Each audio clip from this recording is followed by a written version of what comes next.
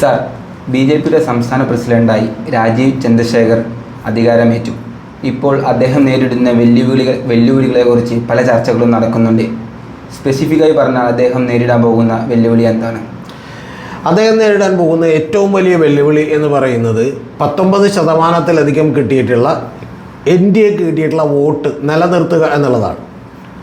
യഥാർത്ഥത്തിൽ 17% BJPക്ക് കഴിഞ്ഞവണ ലോക്സഭയിൽ വോട്ട് കിട്ടിയത്. അവർക്ക് കിട്ടിയിട്ടുള്ള ഏറ്റവും വലിയ വോട്ട് ഷെയറാണത്. കൂടാതെ NDA കൂടി ചേർക്കുമ്പോഴാണ് 19% വോട്ട് കിട്ടിയിട്ടുള്ളത്. പക്ഷേ NDA എന്ന് പറയുന്നതിലെ പാർട്ടികളൊക്കെ തന്നെ നാമമാത്രമായി വോട്ടുകളുള്ള പാർട്ടികളാണ് എന്ന് നമുക്കറിയാം. അതിലുള്ള ഏറ്റവും വലിയ BDJSന് പോലും 1% വോട്ടില്ല. അപ്പോൾ പിന്നെ ഈ വോട്ടുകളൊക്കെ തന്നെ NDAയുടെ വോട്ടുകളൊക്കെ തന്നെ നമുക്ക് BJPയുടേതായിട്ട് കണക്കിലെടുക്കാം. ഇതാണ് ആദ്യത്തെ കാര്യം. ആ വോട്ട് നിലനിർത്തുക എന്നുള്ളത് ഒരു ഹെർക്കൂലിയൻ ടാസ്ക്കാണ്. അല്ലെങ്കിൽ അത് വീണ്ടും 30% എത്തിക്കുക എന്നുള്ളതാണ് അദ്ദേഹം ടാർഗറ്റായി പറഞ്ഞിട്ടുള്ളത്. അത് വലിയൊരു ടാസ്ക്കാണ്. ഇനി ഇതിൽ നമ്മളൊരു മൈക്രോ ലെവലിൽ കുറച്ചുകൂടി സൂക്ഷ്മമായി ഇതിനെ ഈ കഴിഞ്ഞ 2024 ലോക്സഭയെ വിലയിരുത്തിയാൽ കാണാവുന്ന ഒരു പ്രത്യേകതയുണ്ട്. അത് മറ്റ് മാധ്യമങ്ങളൊന്നും തന്നെ ശ്രദ്ധിച്ചിട്ടില്ല അല്ലെങ്കിൽ റിപ്പോർട്ട് ചെയ്തിട്ടില്ല. എനിക്ക് രാജീവ് ചന്ദ്രശേഖരനോട് പറയാനുള്ളത് അതാണ്.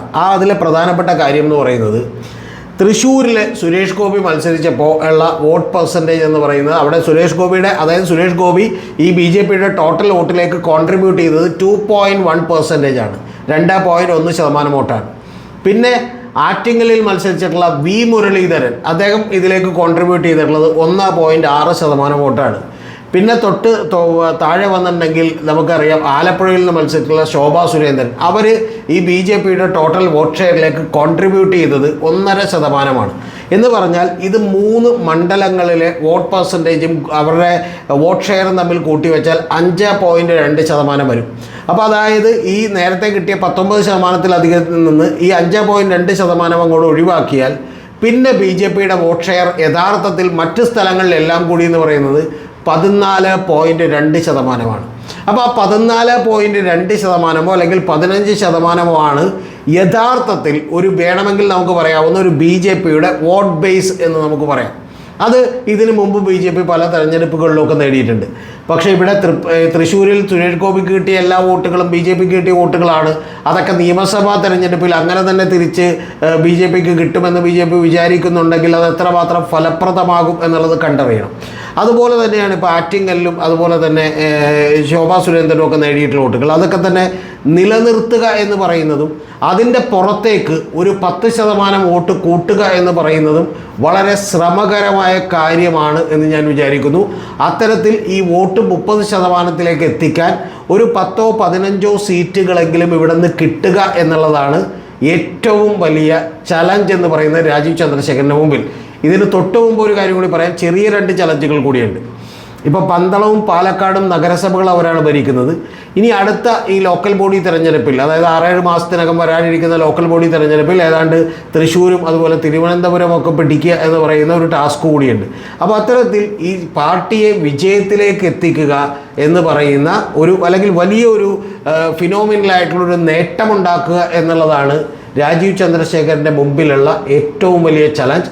അതിന് മാത്രമാണ് ഹരിയാനയിൽ ധർമ്മേന്ദ്ര പ്രധാനെയൊക്കെ തെരഞ്ഞെടുത്ത് വിട്ടതുപോലെ ഈ പറയുന്ന ധർമ്മേന്ദ്ര പ്രധാനാണ് ഹരിയാന തെരഞ്ഞെടുപ്പിൽ ഇലക്ഷൻ്റെ ചാർജ് കൊടുത്തിരുന്നത്. അപ്പോൾ അദ്ദേഹത്തെയൊക്കെ തെരഞ്ഞെടുത്ത് വിട്ടതുപോലെയാണ് രാജീവ് ചന്ദ്രശേഖരെ ഈ BJPക്ക് ഇപ്പോൾ തന്നെയുള്ള, നേരത്തെ തന്നെ ഞാൻ വീഡിയോയിൽ പറഞ്ഞിട്ടുള്ള മൈക്രോ ലെവൽ പ്ലാൻ അവർ ഡിസൈൻ ചെയ്തിട്ടുണ്ട്.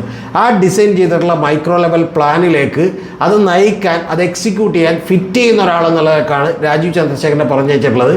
ആ മിഷൻ പൂർത്തിയാക്കുക എന്നുള്ളതാണ് അദ്ദേഹത്തിൻ്റെ മുമ്പിലുള്ള ഏറ്റവും വലിയ 1-ാമത്തെയും 2-ാമത്തെയും 3-ാമത്തെയും ടാസ്ക് എന്ന് പറയുന്നത്. സർ, ഹരിയാനയിലെ ധർമ്മേന്ദ്ര പ്രധാൻ്റെ അതേ ചുമതലയാണ് രാജീവ് ചന്ദ്രശേഖരൻ എന്ന് സാർ പറഞ്ഞു. അതെന്താണെന്ന് വിശദീകരിക്കാമോ? ഹരിയാനയിൽ യഥാർത്ഥത്തിൽ നിങ്ങൾക്കെല്ലാവർക്കും അറിയുന്നത് പോലെ വലിയ തോതിലുള്ള ഭരണവിരുദ്ധ വികാരമുണ്ടായിരുന്നു. അവിടെ BJPയാണ് ഭരിച്ചുകൊണ്ടിരുന്നത്. ആ ഭരണവിരുദ്ധ വികാരമുണ്ടായിരുന്നു. ആ ഭരണവിരുദ്ധ വികാരത്തെ ടാക്കിൾ ചെയ്തുകൊണ്ട്, അതായത് ഭരണവിരുദ്ധ വികാരം ഉണ്ടായിരുന്നു എന്ന് മാത്രമല്ല, യഥാർത്ഥത്തിൽ ഞാൻ ഹരിയാനയുടെ കണക്കുകൾ എടുത്തപ്പോൾ ലോക്സഭാ തെരഞ്ഞെടുപ്പ് കഴിയുമ്പോൾ ഹരിയാനയിൽ 46 സീറ്റുകളിൽ ജയിച്ചിരിക്കുന്നത് അന്ന് കോൺഗ്രസ് ആണ്. 44 സീറ്റുകളിലാണ് BJP ജയിച്ചിട്ടുള്ളത്. എന്ന് പറഞ്ഞാൽ ഒരു ചെറിയ വ്യത്യാസത്തിലാണെങ്കിൽ പോലും അവിടെ കോൺഗ്രസ് ആണ് ജയിച്ചിരിക്കുന്നത്.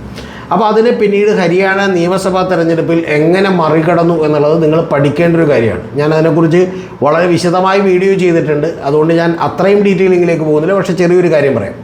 ഈ രണ്ട് പ്രമുഖരായ രാഷ്ട്രീയ കക്ഷികളും തമ്മിൽ അവിടെ ഉണ്ടായത് വെറും 1,30,000 വോട്ടിൻ്റെ വ്യത്യാസമാണ്. അവിടെ 800-ലധികം സ്ഥാനാർത്ഥികളുണ്ടായിരുന്നു. ആ 800-ലധികം സ്ഥാനാർത്ഥികളുണ്ടായപ്പോൾ ഓരോ മണ്ഡലത്തെക്കുറിച്ചും വളരെ വിശദമായി പഠിച്ചു. നിങ്ങളൊന്ന് ആലോചിച്ച് നോക്കണം, ആകെ 90 സീറ്റിലാണ് 800 സ്ഥാനാർത്ഥികൾ. ആ 800ഓളം സ്ഥാനാർത്ഥികളിൽ 300-ലധികം പേർ സ്വതന്ത്രരായിട്ടുള്ള കാൻഡിഡേറ്റുകളായിരുന്നു. ഈ സ്വതന്ത്രരായിട്ടുള്ള കാൻഡിഡേറ്റുകളെയൊക്കെ കൃത്യമായി ഉപയോഗിച്ചത് അതാത് പ്രദേശങ്ങളിലെ വോട്ടുകളെ ഭിന്നിപ്പിക്കാനാണ്. അങ്ങനെ കൃത്യമായി അവിടെ പോൾ ചെയ്യപ്പെടാമായിരുന്നു. അതായത് ഏതാണ്ട് 3% വോട്ടുകൾ കൂടുതലായി പോൾ ചെയ്യപ്പെട്ടിട്ടും അവിടെ കോൺഗ്രസ്സിനും അതുപോലെ തന്നെ BJPക്കുമൊക്കെ വലിയ നേട്ടമില്ലാതെ പോവുകയും കോൺഗ്രസ്സിന് ഗണ്യമായ തിരിച്ചടി ഉണ്ടാവുകയും BJPയുമായിട്ടുള്ള വോട്ടിൻ്റെ ഷെയർ വ്യത്യാസത്തിൽ 1,30,000 മാത്രം വ്യത്യാസം ഉണ്ടാവുകയും ചെയ്തപ്പോൾ ഇത്തരത്തിലുള്ള വോട്ട് ഭിന്നിക്കലിൻ്റെ പൊളിറ്റിക്സും ഓരോ സ്ഥലത്തെ പ്രാദേശിക പ്രശ്നങ്ങളിലെല്ലാം ഏറ്റെടുത്തുകൊണ്ട് അവിടെ ഏത് ജാതിക്കാണ് ഏത് സമുദായത്തിനാണ് കൂടുതൽ വോട്ട്, അവിടെ ഏത് സ്ഥാനാർത്ഥിയാൽ നിർത്തിയാൽ ജയിക്കാൻ പറ്റും, ഏത് സ്ഥാനാർത്ഥിയുടെ വോട്ട് എങ്ങനെ ഭിന്നിപ്പിക്കാൻ പറ്റും എന്നുള്ളതെല്ലാം അമിത്ഷായുടെ നേതൃത്വത്തിൽ 100 കണക്കിന് ആളുകൾ ഇരുന്ന് കൃത്യമായി വർക്ക് ചെയ്യുന്നുണ്ട്. അങ്ങനെ വർക്ക് ചെയ്യുന്നു എന്ന് മാത്രമല്ല, അവിടെ അത് എക്സിക്യൂട്ട് ചെയ്യാൻ ആരെങ്കിലും വേണം. ആ എക്സിക്യൂട്ട് ചെയ്യാൻ വേണ്ടി കൃത്യമായി ഏൽപ്പിച്ചത് ഈ ധർമ്മേന്ദ്ര പ്രധാനെയാണ്. അദ്ദേഹം കേന്ദ്രമന്ത്രിയാണ്, ഒറീസയിൽ നിന്നുള്ള നേതാവാണ്. അദ്ദേഹം 2017 ഉത്തരാഖണ്ഡിലും അതുപോലെ 2022 UPയിലുമൊക്കെ ഇതേ പണി ചെയ്തതാണ്. ബംഗാളിൽ അദ്ദേഹത്തിന് ചെറിയ തിരിച്ചടികളൊക്കെ നേരിട്ടെങ്കിൽ പോലും അവിടെയും അദ്ദേഹം ചില മണ്ഡലങ്ങളിൽ വലിയ അത്ഭുതങ്ങൾ കാണിച്ച ഒരാളാണ്. അപ്പോൾ അത്തരത്തിലുള്ള ഒരു ഇലക്ഷൻ എഞ്ചിനീയറിംഗ് ഒക്കെ കൃത്യമായി നോക്കാൻ കഴിയുന്ന ഒരാളെയാണ് ഈ രാജീവ് ചന്ദ്രശേഖർ എന്നുള്ള നിലക്ക് കേരളത്തിലേക്ക് വച്ചിരിക്കുന്നത്.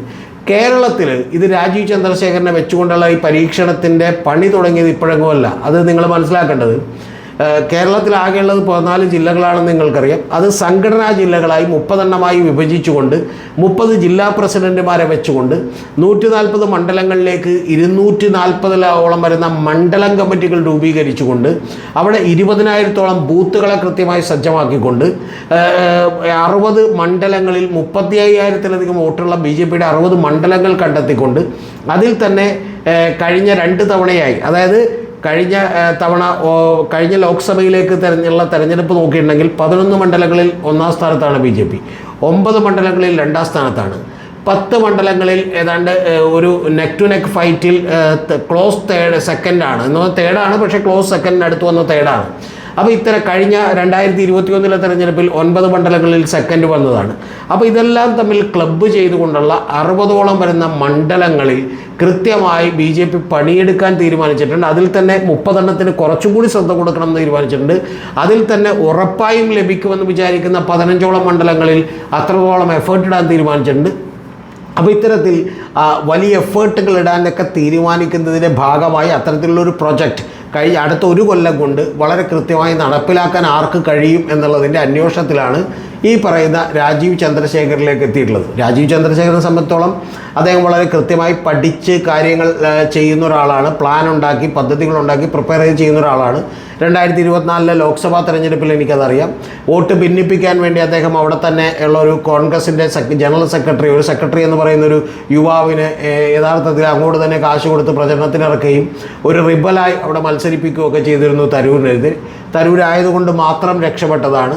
അതുപോലെ മറ്റ് ജാതിമത സമവാക്യങ്ങളും സംഘടനകളെയും ഒക്കെ പിടിക്കാൻ അദ്ദേഹത്തിന് കഴിഞ്ഞിരുന്നു. അദ്ദേഹം വളരെ സക്സസ്ഫുള്ളായി എല്ലാം തന്നെ ഇംപ്ലിമെൻ്റ് ചെയ്തിട്ടുള്ള ഒരാളാണ്. ഞാൻ ഇന്നലെ പറഞ്ഞതുപോലെ ഇന്റലിൻ്റെ മൈക്രോ ചിപ്പ് ഉണ്ടാക്കുന്ന കമ്പനിയിൽ അദ്ദേഹം ഉൾപ്പെട്ടിരുന്നു എന്നുള്ളത് മുതൽ ഏറ്റവും ഒടുവിൽ അദ്ദേഹം ജൂപ്പിറ്റർ ക്യാപിറ്റൽ തുടങ്ങുമ്പോൾ പെയ്ഡപ്പ് ക്യാപിറ്റൽ 25,09,00,000 രൂപയായിരുന്നു. ഇപ്പോൾ നിങ്ങൾക്കറിയാം 2022 കണക്കുകൾ മാത്രമാണ് ഞാൻ പരിശോധിച്ചത്. പണം ചോദിച്ചപ്പോൾ ഏതാണ്ട് 1,600ഓളം കോടി രൂപയുടെ നെറ്റ് വർത്തുള്ള ഒരു കമ്പനിയാണിത്. ഇനി വാല്യുവേഷൻ്റെ കാര്യം നോക്കുകയാണെങ്കിൽ അത് 2006 ആണ് അദ്ദേഹം തുടങ്ങുന്നതെന്ന് വിചാരിക്കുന്നു. അങ്ങനെ തുടങ്ങുമ്പോൾ ഏതാണ്ട് 2006 അദ്ദേഹം ആദ്യമായിട്ട് MP ആകുന്നത്. അതിനു മുമ്പാണ് ജൂപ്പിറ്റർ ക്യാപിറ്റൽ തുടങ്ങുമ്പോൾ അത് ഏതാണ്ട് ഒരു 800 കോടിയുടെ വാല്യൂ ഉള്ള കമ്പനി ആയിരുന്നെങ്കിൽ ഇപ്പോൾ അത് ഏതാണ്ട് 6,500ഓളം കോടി രൂപയുടെ വാല്യൂ ഉള്ള കമ്പനിയായി മാറിക്കഴിഞ്ഞു. അപ്പോൾ അത്തരത്തിലുള്ള വലിയ നേട്ടങ്ങൾ ഉണ്ടാക്കിയിട്ടുള്ള ഒരാളാണ്. അതുകൊണ്ടാണ് ധർമ്മേന്ദ്ര പ്രധാനെ ഏൽപ്പിച്ചതുപോലെ. ധർമ്മേന്ദ്ര പ്രധാൻ ഏതാണ്ട് 1.5 മാസം ഹരിയാനയിൽ താമസിച്ചിരുന്നു. രാജീവ് ചന്ദ്രശേഖരോട് പറഞ്ഞേക്കുന്നത് 1 കൊല്ലത്തോളം ഇവിടെ താമസിച്ച് പണിയെടുത്ത് ഇത് ചെയ്യാനാണ്.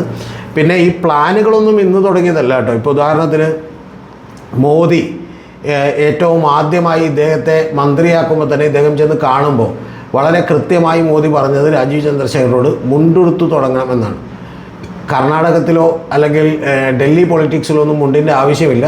പക്ഷേ മുണ്ടിപ്പോഴും കൊടുത്തു തുടങ്ങിക്കോ, ഒരുപക്ഷെ കേരളത്തിലേക്ക് പോകേണ്ടി വന്നാൽ അന്നേരം പ്രയോജനപ്പെടും എന്നുള്ളത് കൊണ്ടാണ് ഈ മുണ്ടെടുത്ത് തുടങ്ങിക്കോളാൻ കൃത്യമായിട്ട് മോദി ഉപദേശിച്ചത്. എന്ന് പറഞ്ഞാൽ കീ പോസ്റ്റുകളിലേക്ക്, ഏതൊരു ബിസിനസ്സിൻ്റെയും ഏതൊരു രാഷ്ട്രീയത്തിൻ്റെയും ഒക്കെ വിജയം എന്ന് പറയുന്നത് കീ പോസ്റ്റുകളിലേക്ക് ആളുകളെ കൃത്യമായി വെക്കുക എന്നുള്ളതാണ്. അത്തരത്തിൽ കീ പോസ്റ്റുകളിലേക്ക് ആളുകൾ കൃത്യമായി വെച്ചിരിക്കുന്നു എന്നുള്ളതാണ് ഇത് കേൾക്കുന്ന ആളുകൾ മനസ്സിലാക്കേണ്ടത്. സർ, BJPയിലെ ഗ്രൂപ്പിസത്തെ രാജീവ് ചന്ദ്രശേഖർ എങ്ങനെ നേരിടും? അത് എല്ലാവരും പറയുന്നത് അതിന് അദ്ദേഹം വളരെ ബുദ്ധിമുട്ടുമെന്നാണ്. ഞാൻ വിചാരിക്കുന്നത് അത്രത്തോളമൊന്നും അദ്ദേഹം ബുദ്ധിമുട്ടാൻ പോകുന്നില്ല ആ ഗ്രൂപ്പിസത്തെ നേരിടുന്നതിൽ എന്നുള്ളതാണ്. ഒരു കാര്യത്തിൽ വലിയ പ്രശ്നമുണ്ട്. കാരണം ഒരു ഗ്രൂപ്പിൻ്റെയും പിന്തുണ വളരെ കൃത്യമായിട്ട് അദ്ദേഹത്തിനില്ല. അദ്ദേഹം തന്നെ ഒരു തവണ മറ്റേ കൃഷ്ണദാസ് പക്ഷത്തിലെ ചില ആളുകൾ പ്രസിഡൻ്റായാൽ പിന്തുണക്കുമെന്ന് അദ്ദേഹം പറഞ്ഞിരുന്നതാണ്. പക്ഷേ അദ്ദേഹത്തിനാണ് ഏറ്റവും ഒടുവിൽ നറുക്ക് വീണത്. ഇതിലൊക്കെയുള്ള പ്രധാനപ്പെട്ട കാര്യം എന്ന് പറയുന്നത്, ഇപ്പം നിങ്ങൾ കോൺഗ്രസ്സിലാണെങ്കിലും BJPയിലാണെങ്കിലും ഒക്കെ ഏറ്റവും പ്രധാനപ്പെട്ട കാര്യം എവിടെ നിന്നാണ് നിങ്ങൾക്ക് ഹൈക്കമാൻഡിൻ്റെ പിന്തുണയുണ്ടോ അല്ലേ എന്നുള്ളതാണ്. കഴിഞ്ഞ ദിവസം ഞാൻ KPCC ഓഫീസിൽ ചെന്ന് അവിടുത്തെ പ്രധാനപ്പെട്ട ഒരു നേതാവുമായി സംസാരിച്ചപ്പോൾ അദ്ദേഹം പറഞ്ഞു, ഈ വാർത്തകളൊക്കെ അസംബന്ധമാണ്. കാരണം ഹൈക്കമാൻഡ് തീരുമാനിച്ചാൽ ചിലപ്പോൾ നാളെ രാവിലെ ഒരു പുതിയ പ്രസിഡന്റ് വന്നേക്കാം, ആർക്കും അതിനെ എതിർക്കാനൊന്നും പറ്റില്ല എന്നുള്ളത് പറഞ്ഞു. ഏതാണ്ട് BJPയിൽ അതിനേക്കാൾ കരുത്തരായ നേതാക്കളാണ് മുകളിലുള്ളത്, അമിത്ഷായും അതുപോലെ നരേന്ദ്രമോദിയും ഒക്കെ. അപ്പോൾ അമിത്ഷായുമായി നേരിട്ടൊരു ലിങ്കുള്ള, കൃത്യമായി അമിത്ഷാ ഒരു പരിപാടി ഏൽപ്പിച്ചിട്ടുള്ള ഈ രാജീവ് ചന്ദ്രശേഖറിന് ഇവർ പ്രത്യക്ഷത്തിൽ ബുദ്ധിമുട്ടൊന്നും ഉണ്ടാക്കില്ല. പക്ഷേ ഈ രണ്ട് ഗ്രൂപ്പുകളും ഈ നമ്മുടെ രാജീവ് ചന്ദ്രശേഖർ മോശമാണെന്ന് അവർക്ക് തെളിയിക്കേണ്ട ആവശ്യമുണ്ട്. അതുകൊണ്ട് എങ്ങനെയൊക്കെ പെരുമാറുമെന്ന് അവർക്കറിയില്ല. കാരണം അങ്ങനെയൊക്കെ പെരുമാറിയ ചരിത്രമുണ്ട്. ഇപ്പോൾ കുമ്മനം രാജശേഖരനെതിരെ അഴിമതി ആരോപണം തന്നെ ഉന്നയിച്ചത് പാർട്ടിക്കകത്ത് നിന്നുള്ള ആളുകളാണ്. കാരണം അദ്ദേഹത്തെ അറിയുന്ന ആരെങ്കിലും അദ്ദേഹം ഏതെങ്കിലും കാശടിച്ച് മാറ്റിയെന്നോ അല്ലെങ്കിൽ ഇപ്പോൾ മറ്റേ അർമാനി എംപോറിയുടെ ബാഗുമായിട്ട് നടക്കുന്നൊന്നും ആരും പറയില്ല. അദ്ദേഹമൊക്കെ വളരെ ലളിത ജീവിതം നയിക്കുന്ന ഒരാളാണ്. അദ്ദേഹത്തിൻ്റെ തീവ്രമായ വർഗീയതയോടെ രാഷ്ട്രീയത്തോടൊക്കെ നമുക്ക് വിയോജിക്കാം. എന്നോട് യഥാർത്ഥത്തിൽ ഒ രാജഗോപാൽ തന്നെ ഒരിക്കൽ പറഞ്ഞത്, അദ്ദേഹത്തെ പോലെ ഒരു വർഗീയതയൊക്കെ കൊണ്ടുനടക്കുന്ന ആളുകളെ ജനം അംഗീകരിക്കില്ല. BJPയിൽ നിന്ന് അത്തരം വർഗീയമായിട്ടുള്ള നിലപാടുകൾ മാറ്റിയാൽ മാത്രമേ ആളുകളുടെ അടുത്ത് നിന്ന് ഇലക്ഷനിൽ ജയിക്കാൻ പറ്റൂ എന്നൊക്കെ കൃത്യമായി പറഞ്ഞത്. അപ്പോൾ അതുകൊണ്ട് ഞാൻ പറയുന്നത് അതിനെയൊക്കെ രാജീവ് ചന്ദ്രശേഖരന് ഈ ഒരു കൊല്ലത്തേക്ക് നേരിടാനുള്ള കരുത്ത് എന്ന് പറയുന്നത് നരേന്ദ്രമോദിയുടെ ഓഫീസുമായും PM ഓഫീസുമായും അതുപോലെ അമിത്ഷായുമൊക്കെ ആയിട്ടുള്ള വലിയ ബന്ധമാണ്. അതുകൊണ്ട് പ്രത്യക്ഷത്തിൽ ഇവർ വലിയ തലവേദന ഒന്നും ഉണ്ടാക്കില്ല. പക്ഷേ താഴെത്തട്ടിൽ ഈ ഗ്രൂപ്പുകളുടെ സ്വാധീനം വളരെ ശക്തമായതുകൊണ്ട്, പ്രത്യേകിച്ച് ഇപ്പോൾ V മുരളീധരൻ്റെയും K സുരേന്ദ്രൻ്റെയും ഒക്കെ സ്വാധീനമൊക്കെ വളരെ ശക്തമായതുകൊണ്ട് തീർച്ചയായിട്ടും അതെങ്ങനെ പ്രതിഫലിക്കുമെന്ന് നമുക്ക് പറയാൻ കഴിയില്ല. പക്ഷേ ഇത് BJPയിൽ ഇത് ആര് വന്നാലും ഇതൊക്കെ നേരിടേണ്ടി വരും. ഇതിപ്പോൾ കുറച്ചും കൂടി ചിലപ്പോൾ കൂടുതലായിരിക്കോ കുറവായിരിക്കോ എന്നുള്ള കാര്യത്തിൽ മാത്രമേ സംശയമുള്ളൂ. പക്ഷേ അതിനെയും രാജീവ് ചന്ദ്രശേഖർ നേരിടും എന്ന് തന്നെയാണ് ഞാൻ വിചാരിക്കുന്നത്. അതിൻ്റെ കാരണം ഇപ്പോൾ ഈ പറയുന്ന 30ഓളം വരുന്ന ജില്ലാ പ്രസിഡന്റുമാരെ വെക്കുകയും 20,000-ഓളം വരുന്ന ബൂത്തുകൾ ഉണ്ടാവുകയും അതിനെയൊക്കെ സപ്പോർട്ട് ചെയ്യാൻ 5,240ഓളം വരുന്ന ഒരുപക്ഷെ ഇന്ത്യയിൽ തന്നെ ഏറ്റവും കൂടുതൽ ശാഖ ഉള്ള RSS ഉണ്ടാവുകയൊക്കെ ചെയ്യുക എന്ന് പറയുന്ന ഒരു കോമ്പിനേഷൻ ഉണ്ട്. ആ കോമ്പിനേഷൻ നിങ്ങൾക്ക് ആർക്കും മനസ്സിലായിട്ടില്ലാത്തൊരു കോമ്പിനേഷൻ എന്ന് പറയുന്നത് രാജേന്ദ്ര ആർലേക്കർ എന്ന് പറയുന്ന ഒരാളാണ് ഇപ്പോൾ ഗവർണറായിട്ട് ഇങ്ങോട്ട് വന്നിട്ടുള്ളത്. അതായത് കൃത്യമായ ഒരു കോമ്പിനേഷനാണ്. രാജേന്ദ്ര ആർലേക്കർ കേരളത്തിൻ്റെ ഗവർണറായി ഇങ്ങോട്ട് വരുന്നു. ആ കേരളത്തിൻ്റെ ഗവർണർ എന്ന് പറയുന്നത് കൃത്യമായ സംഘപരിവാർ ചരിത്രമുള്ള അല്ലെങ്കിൽ സ്വാധീനമുള്ള സംഘപരിവാറായിട്ടുള്ള RSSകാരനായിട്ടുള്ള ആളാണ് ഈ പറയുന്ന ആർലേക്കർ. അദ്ദേഹം കേരളത്തിലുണ്ട്, ഗവർണറായിട്ടുണ്ട്. അതേസമയം തന്നെ അങ്ങനെ സംഘപരിവാറിൻ്റെ ഒരു തരത്തിലുള്ള ബന്ധവുമില്ലാത്ത കൃത്യമായി BJPക്കാരനായി, യഥാർത്ഥത്തിൽ BJPക്കാരനേക്കാൾ കൂടുതൽ ഒരു ബിസിനസ്സുകാരനായ, കാരണം അദ്ദേഹം ആദ്യം ദേവഗൗഡയുടെ സ്ഥാനാർത്ഥിയായിട്ടാണ് MP രാജ്യസഭയിലേക്ക് പോകുന്നത്. പിന്നീടാണ് BJPയിലേക്ക് കുറച്ചുകൂടി നല്ല സാധ്യതകളുണ്ടെന്ന് വിചാരിച്ച് അദ്ദേഹം ചേരുന്നത്. അപ്പോൾ അതുകൊണ്ട് അങ്ങനെ കൃത്യമായിട്ടുള്ള ഒരാൾ ഈ പറയുന്ന ഒരു രാജേന്ദ്ര ആർലേക്കറുടെയും രാജീവ് ചന്ദ്രശേഖരുടെയും ഒരു കോമ്പിനേഷനിലൂടെ ഇവിടെ കാര്യങ്ങൾ നടത്തിയെടുക്കുക എന്നൊരു തന്ത്രമാണ് ഉപയോഗിക്കുന്നത്. അതുകൊണ്ട് ഇത് ഈ ഗ്രൂപ്പുകളുടെയൊക്കെ പ്രശ്നം അദ്ദേഹത്തെ വലക്കും എന്നുള്ള കാര്യത്തിലൊന്നും സംശയമില്ല. പക്ഷെ അതിനെയൊക്കെ അതിജീവിച്ചുകൊണ്ട് ആ ഹഡിൽസൊക്കെ ചാടിക്കടന്നുകൊണ്ട് നേരത്തെ പറഞ്ഞ പോലെ ഒരു വോട്ട് പെർസെൻറ്റേജിൽ വോട്ട് ഷെയറിൽ ഇൻക്രീസ് ഉണ്ടാക്കിയേ പറ്റൂ.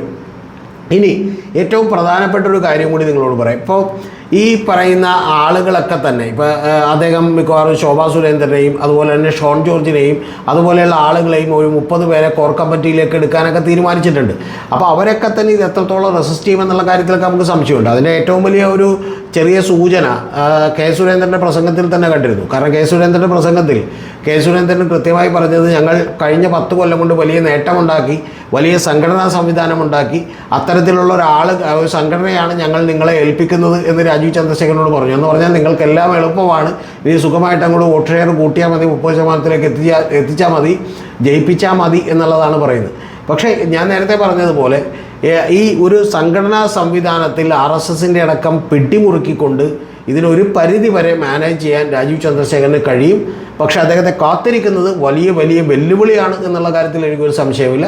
അത് എത്രത്തോളം അദ്ദേഹം മറികടക്കും എന്നുള്ളതും ഒരു സീസൺഡ് പൊളിറ്റീഷ്യൻ അല്ലാത്തതുകൊണ്ട് കുറച്ച് ബുദ്ധിമുട്ടായിരിക്കും എന്ന് ഞാൻ സമ്മതിക്കുന്നു. പക്ഷേ നേരത്തെ പറഞ്ഞ അമിത്ഷായുടെയും അതുപോലെ തന്നെ പ്രകാശ് ജാവദേക്കറുടെയും അതുപോലെ നരേന്ദ്രമോദിയുടെയും ഒക്കെ പിന്തുണ ഉള്ളതുകൊണ്ട് ഒരു പരിധി വരെ അത് അദ്ദേഹത്തിന് മറികടക്കാൻ കഴിഞ്ഞേക്കും എന്ന് തന്നെയാണ് ഞാൻ വിചാരിക്കുന്നത്.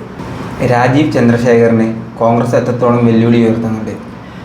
യഥാർത്ഥത്തിൽ കോൺഗ്രസ് വലിയ വെല്ലുവിളിയൊന്നും ഉയർത്തുന്നില്ല. കാരണം കോൺഗ്രസ്സുകാർ അറിഞ്ഞുകൊണ്ടൊരു വെല്ലുവിളിയൊന്നും ഉയർത്തുന്നില്ല. പക്ഷേ രാജീവ് ചന്ദ്രശേഖരന് മുമ്പിലുള്ള അടുത്ത ഏറ്റവും വലിയ ടാസ്ക് എന്ന് പറയുന്നത് ഒരു ചോദ്യത്തിന് മറുപടി പറയലാണ്.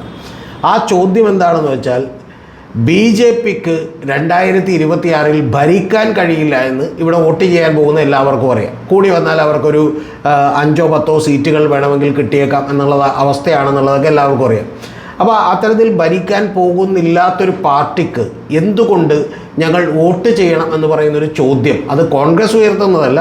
പക്ഷേ കോൺഗ്രസ്സിനെ വോട്ട് ചെയ്താൽ പോരെ എന്ന് പറയുന്ന ആളുകൾ ചോദ്യത്തിന് രാജീവ് ചന്ദ്രശേഖരന് വ്യക്തമായിട്ടുള്ളൊരു മറുപടി പറയേണ്ടി വരും എന്നുള്ളതാണ് ഏറ്റവും വലിയ പ്രശ്നം. ഒന്ന്.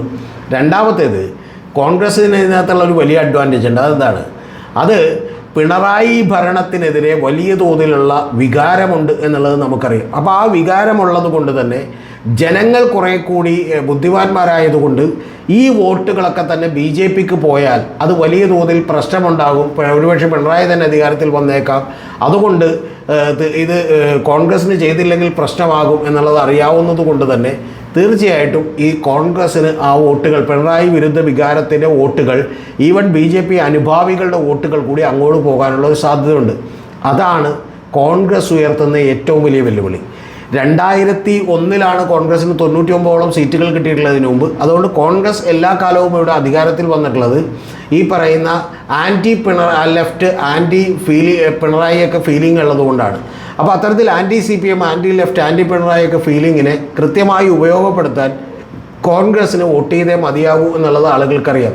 പകരം ആ ചോദ്യത്തെ അവഗണിച്ചുകൊണ്ട് ഇത്തവണ BJPക്ക് അധികാരത്തിലെത്താൻ കഴിയുമെന്നും BJPക്ക് വോട്ട് ചെയ്യണമെന്നുമുള്ള ഒരു നരേറ്റീവ് സൃഷ്ടിക്കുകയും അതിന് കൃത്യമായിട്ട് ഒരു പ്രൊപ്പഗാൻഡയും പ്രചരണവും കൊടുക്കുകയും ചെയ്യുക എന്നുള്ളതാണ് നേരത്തെ പറഞ്ഞതുപോലെ ഈ ഏറ്റവും ആദ്യം ഞാൻ പറഞ്ഞ ടാസ്കിൻ്റെ ഉപകാര്യങ്ങളായി വരുന്ന ഈ സംഘടനാ സംവിധാനത്തിലെ പോരായ്മയും അവരുടെ ഗ്രൂപ്പ് വഴക്കുകളും പ്ലസ് ഈ പറയുന്ന ചോദ്യത്തിനുള്ള മറുപടിയും അതൊക്കെ എത്രത്തോളം കൃത്യമായി രാജീവ് ചന്ദ്രശേഖരും അദ്ദേഹത്തിൻ്റെ ടീമും ചോദ്യത്തിന് ഉത്തരം പറയുന്നു എന്നുള്ളത് വലിയൊരു കാര്യമാണ്.